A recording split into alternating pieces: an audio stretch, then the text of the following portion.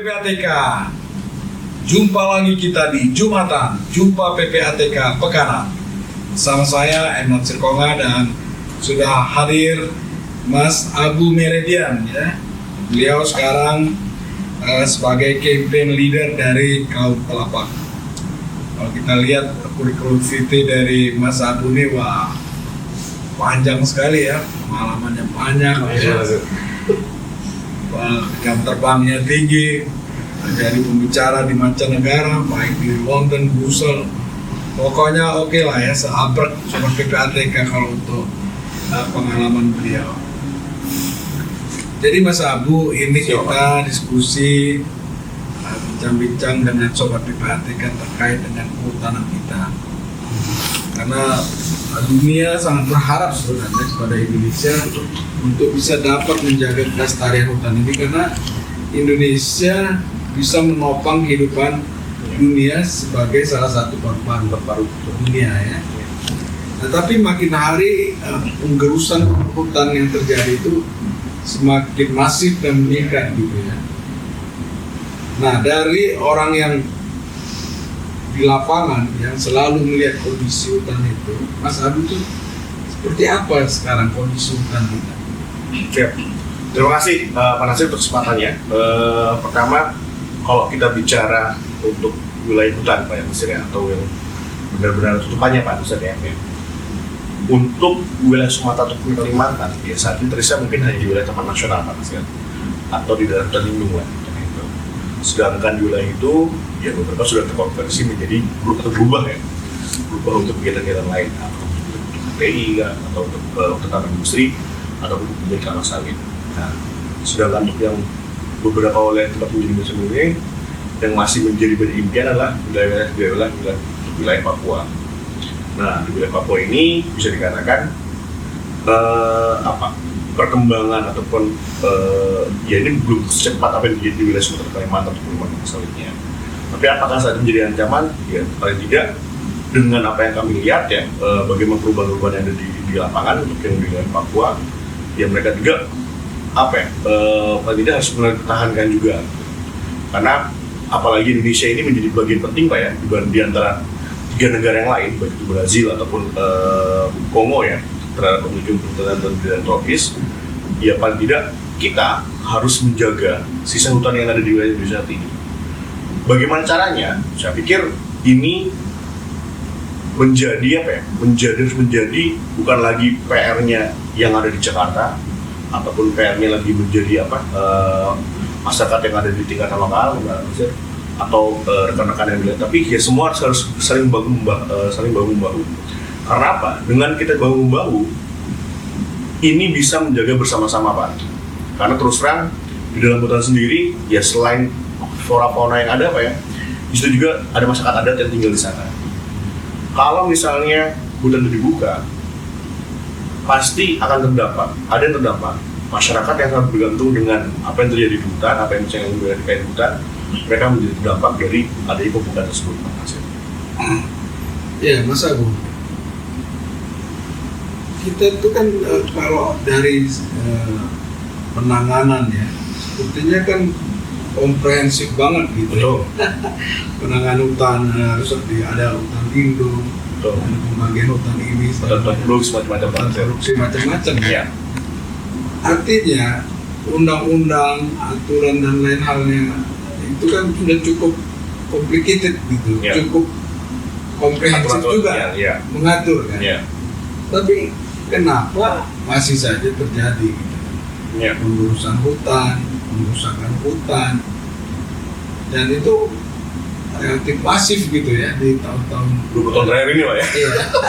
Betul Pak Nasir. Makanya kalau kita mungkin bicara di zaman-zaman, mungkin kalau saya pikir membagi Pak Nasir ya, kalau di era mungkin di tahun 90 sampai tahun 2005, mungkin itu masih marah-marahnya pembalakan liar Pak Nasir ya. Yeah. Mungkin Pak Nasir ingat waktu zaman Pak SBY yang membuat OHL 2 itu kan ya.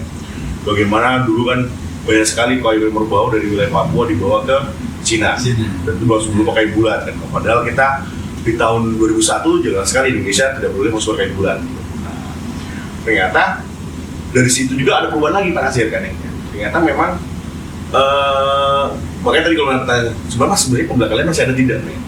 Kalau dikatakan pembelakangan masih ada tidak, di lapangan masih ada terjadi. Tapi apakah dibandingkan dengan kegiatan pembukaan lahan yang dikatakan jadi dibilang deforestasi, Pak ya? Bagaimana perbandingannya? Ya pasti lebih besar dari deforestasi, Pak ya. Karena deforestasi itu memang membuka lahan besar kan ya, dan skalanya besar. Karena kalau pembelakangan liar, Pak, mereka selective logging tuh, Pak. Dia mau milih benar-benar yang cukup 50 cm ke atas gitu. Sedangkan kalau pembukaan lahan untuk yang deforestasi, mereka benar-benar membuka lahan tuh, Pak. Yang besar sekali semua. Besar itu diambil semua itu, Pak, kawan hasil gitu. Nah, parahnya di mana kan ya? Nah, parahnya adalah pada saat mereka membuka lahan, ada juga menggunakan patek api, Pak. Ya kan ya? Menggunakan patek api, menggunakan api. Oke, Pembakaran. Iya. Nah, ini yang makanya untuk beberapa wilayah yang ada di wilayah gambut menjadi tantangan kan ya. Makanya kenapa Indonesia kan beberapa kali terjadi kebakaran dan akhirnya memang dibentuk beberapa satgas, Pak ya, dan penanganannya. Khususnya untuk Riau sama Riau, betul, Pak. Kalimantan Tengah, betul, kan ini jadi salah spot untuk yang kebakaran hutan. Nah, dari perkembangan yang ada, Pak Nasir ya. Nah, di era tahun 2005 hingga saat ini kan ya, saat ini terjadi kombinasi kan. Nah, dari aturan-aturan yang ada sendiri kan sebenarnya bagaimana sebenarnya aturan yang ada di Indonesia sebenarnya. Nah, kalau aturan Indonesia itu jelas, Pak ya. Kalau untuk misalnya pembangunan gitu ya, ini kan kalau berdasarkan aturan kehutanannya mereka mengarahkan untuk kegiatan perhutanan seperti kegiatan perkebunan gitu ya, kelapa sawit dan lain-lain, Pak ya. Itu diarahkan untuk wilayah-wilayah yang tadi kawasan hutan yang memang dia bisa dikonversi punya HPK gitu ya. Nah, tapi kenyataannya Pak Nasir, karena tadi ya Pak, ada tumpang tindih nih, Pak, antara tata ruang dari daerah kan ya, dengan juga tata ruang di nasional macam-macam. Akhirnya nggak ketemu nih, Pak gitu. Yang dulunya dianggapnya wilayah APL atau HPK, tapi ternyata di aturan baru menjadi hutan produksi kan gitu. Nah, itu kan sebenarnya tidak bisa lepaskan, Pak Nasir. Makanya kenapa di Riau itu kan sampai Kalimantan Tengah masih PR kan, Pak Nasir kan? Tata ruangnya belum beres-beres kan gitu. Ini yang menjadi satu persoalan.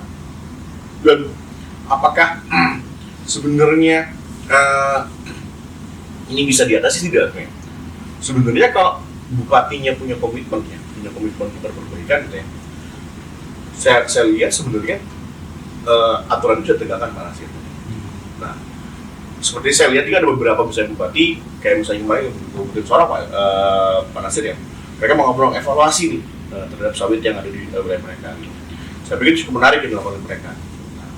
Nah, tapi memang tantangannya bisa tidak yang dilakukan oleh Bupati Sorong di contoh tempat lain. Ternyata tidak juga, Pak Nasir. Susah juga terjadinya. Nah, ini makanya bagaimana tumpang tindih tata ruang tadi kan ya, lalu juga bagaimana aturan-aturan yang memang juga antara aturan di nasional di daerah juga banyak yang bertabrakan. Ini yang celah-celah itu dimanfaatkan, Pak Nasir. Nah, celah tadi dimanfaatkan oleh pihak-pihak yang mendapatkan keuntungan, Pak Nasir. Perusahaan-perusahaan, betul. Usaha ya. Iya, ada perusahaan PH untuk pembukaan lahannya, Pak Nasir. Gitu. Contoh kasus, Pak Nasir, untuk mendapatkan lahannya. Gitu. Contoh kasus kayak misalnya yang terjadi dulu di Tamrin di timurnya Tanjung Puting, Kalimantan Tengah. Katanya apa? Yang berurusan katanya apa? Antuk kan, Pak ya? Masuk ke wilayah Taman Nasional sampai berapa meter jauh gitu kan? Masuk berhektar. Nah, beberapa kan nggak mungkin kan, Pak Nasir kan? Sama juga misalnya yang terjadi di tempat lain juga gitu. Nah, hal seperti ini kan sebenarnya menjadi apa ya? Menjadi tantangan ya, Pak Nasir ya. Dan juga saya pikir ini yang perlu harus ada suatu penguatan di lapangannya. Gitu, Pak Nasir. Artinya pengawasan di lapangan itu lemah. Kalau pengawasan, Pak Nasir ya, dengan saat ini kita apa ya? Masyarakat sipil juga sudah banyak yang memantau, Pak, yang peduli dan nggak hanya ini ya. Semua orang bisa dibilang. Saya pikir pemantauan di lapangan tidak bisa hanya berlangsung dari wilayah-wilayah dari PPNS saja, ya. Bisa dilakukan oleh masyarakat ya. Makanya sekarang dari media sosial juga banyak menginformasikan banyak perkembangan. Ya. Seharusnya tinggal bagaimana penanganannya, Pak Nasir. Nah, penanganan ini yang saya lihat belum belum bisa sampai Kalau saya sih mungkin kalau apakah sudah dilakukan, sudah dilakukan, tapi nggak maksimal, Pak Nasir ya. Tidak tuntas lah. Ya. Misalnya begini, bagaimana untuk kasus-kasus sawit yang ada di Taman Nasional? Bagaimana penanganannya? Apakah mencabut seperti apa? Ya. Nah makanya kemarin itu kan sampai muncul beberapa apa istilahnya, beberapa konsep yang dibangun Pak untuk bagaimana penanaman sawit yang di kawasan hutan ini. Dan juga apa dari proses-proses yang ada juga saya melihatnya seharusnya ya hutan yang benar-benar masih utuh ini Pak, ini harus memang kita jaga. Untuk wilayah-wilayah yang sudah memang terbuka atau memang sudah terjadi kelanjuran, nah ini bagaimana kita mencari solusi bersamanya, apakah mau dikembalikan menjadi hutan atau seperti apa, ayo masing-masing kita sepakati. Nah, karena kalau ini belum ada kesepakatan Pak Nasir, saya pikir ini yang menjadi permasalahan terus, akan menjadi ruang untuk apa terjadi terus pelemahan dari lapangan. Sobat PPATK, Mas Abu ini selain mengikuti workshop, pelatihan, seminar di berbagai belahan dunia, juga menjadi pembicara ya dari event-event internasional. Katakanlah misalnya speaker of the Asia Pacific Economic Cooperation Expert Group on Illegal Logging and Associated Trader ya. Kemudian di Paris, di London. Ini banyak sekali menjadi pembicara diundang di skala internasional. Mas Abu itu apa aja sih yang disampaikan? Sebenarnya di forum itu Pak, kita bicara bagaimana perdagangan kayu legal Pak Nasir ya, dan juga penyelamatan hutan tersisa. Jadi tidak hanya kami yang ada di Asia, tapi juga bagaimana teman-teman di negara lain juga, baik itu di Afrika maupun di negara lain. Nah, itu selalu berkolaborasi Pak Nasir. Mas Abu dengan teman-teman yang ada dengan negara lain. Internasional. Karena kenapa sebenarnya ini juga menjadi kebanggaan kami Pak Nasir ya. Ternyata gerakan NGO Indonesia Pak ya, cukup didengar Pak, atau menjadi sorotan dari negara lain juga pergerakannya. Dan saya pikir kalau kita bandingkan dengan yang dengan teman Malaysia jauh sekali pergerakannya. Untuk ngomong freedom of speech-nya lebih bagus di Indonesia.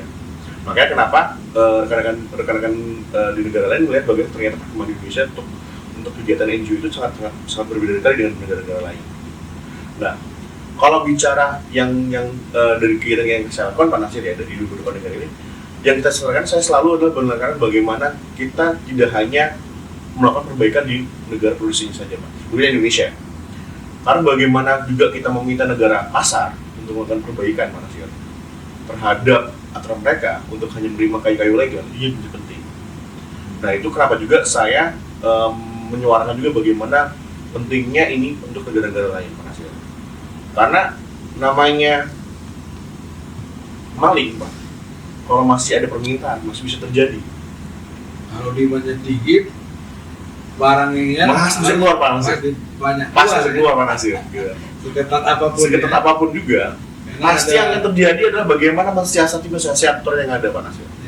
Contoh kasus Pak Nasir, sekarang kita punya namanya dari sejak 2009 Pak Nasir ya, Indonesia itu namanya Sistem Federasi Legalitas Kayu, SVLK namanya.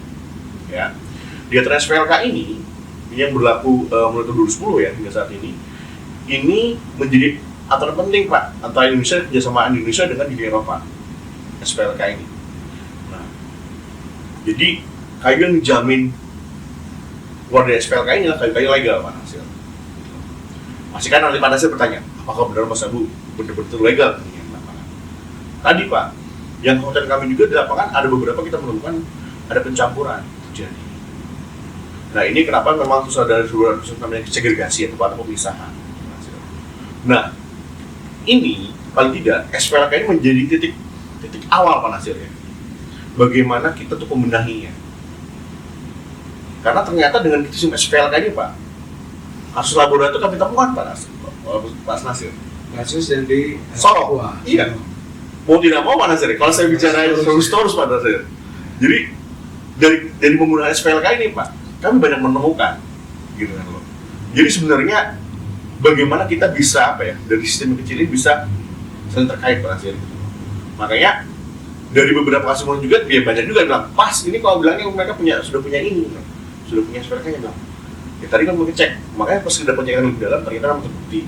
Nah, makanya bagaimana para pihak ini saling membawa Pak Nasir ya, menjadi penting sekali Pak Nasir.